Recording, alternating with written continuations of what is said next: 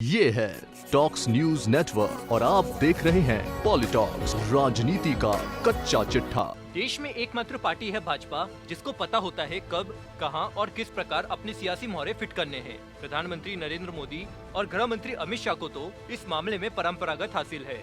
राजनीति के हर सियासी दांवपेच में निपुण मोदी और शाह भली भांति जानते हैं कि कौन सा हथियार किसके लिए और कब प्रयोग करना है। बिहार विधानसभा चुनाव में कुछ समय से एनडीए के सहयोगी दलों में सीट बंटवारे को लेकर रशाकशी मची हुई है। भाजपा, जेडीयू और लोक जनशक्ति पार्टी यानी लोजपा के बीच बिहार चुनाव को लेकर तालमेल नहीं बैठ पा रहा है। पिछले दिन लोजपा के राष्ट्रीय अध्यक्ष चिराग पासवान ने दलित मुद्दे पर खुलकर मुख्यमंत्री नीतीश कुमार की आलोचना की और सीटों के बंटवारे को लेकर भी अपनी शर्तें रख दी। चिराग पासवान के इस आक्रामक रवैये के बाद जेडीयू समेत भाजपा असमंजस पर दिखाई दे रही है। दूसरी ओर जेडीयू और भाजपा में भी सीट बंटवारे को लेकर खींचातानी मची हुई है।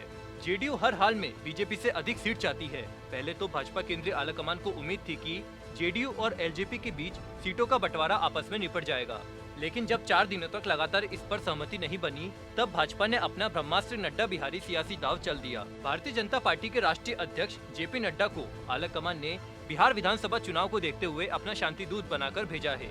हालांकि नड्डा पार्टी के राष्ट्रीय अध्यक्ष भी है। आपको बताते हैं नड्डा और बिहार का कनेक्शन के लिए हम आपको 8 महीने पीछे लिए चलते हैं।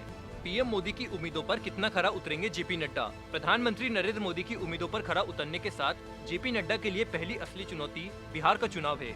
इसके लिए पीएम मोदी ने लाइन भी खींच दी है।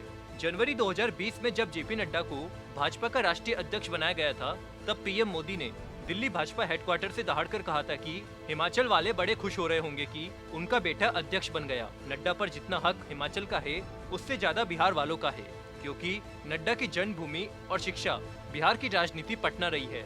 इस तरह बिहार कनेक्शन से जोड़ते पीएम मोदी ने बिहार विधानसभा चुनाव के लिए 8 महीने पहले ही जेपी नड्डा पर दाव लगा दिया था।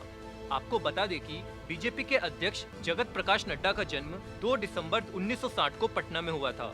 जेपी ने पटना के सेंट जेवियर स्कूल से मैट्रिक की पढ़ाई की, फिर पटना से ही बीए किया। फिर नड्डा वकालत की पढ़ाई करने के लिए शिमला चले गए। वहीं से वे एबीवीपी के जरिए राजनीति में पहुंच गए। इस प्रकार नड्डा का बिहार कनेक्शन है।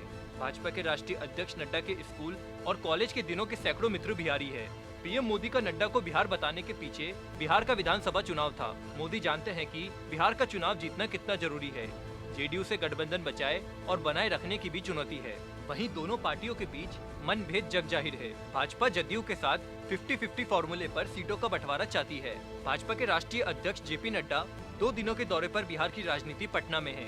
बता दें, बिहार में 243 विधानसभा सीटें हैं। भाजपा जदयू के साथ 50-50 फॉर्मूले पर सीटों का बंटवारा चाहती है, लेकिन जेडीयू के नेता भाजपा को आधी सीट देने के लिए तैयार नहीं है। इसी को लेकर भाजपा और जेडीयू नेताओं के बीच रार मची हुई है। दूसरी ओर लोक जनशक्ति पार्टी के राष्ट्रीय अध्यक्ष चिराग पासवान ने नीतीश कुमार के खिलाफ मोर्चा खोल रखा है।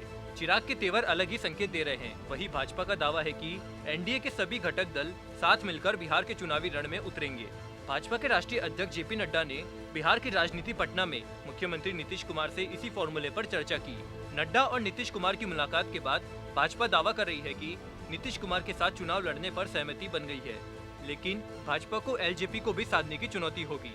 एलजेपी यानी लोक जनशक्ति पार्टी के राष्ट्रीय अध्यक्ष चिराग पासवान और मुख्यमंत्री नीतीश कुमार के साथ अभी समझौता होना बाकी है, जो नड्डा के लिए बड़ी चुनौती होगी, क्योंकि चिराग अभी भी राज्य के 243 में से बराबर के तीसरे हिस्से की सीटों पर लड़ने के लिए दावा ठोक रहे हैं। पॉलिटॉक्स ब्यूरो, बिहार। ये है टॉक्स न्यूज नेटवर्क और आप देख रहे हैं पॉलिटॉक्स, राजनीति का कच्चा चिट्ठा।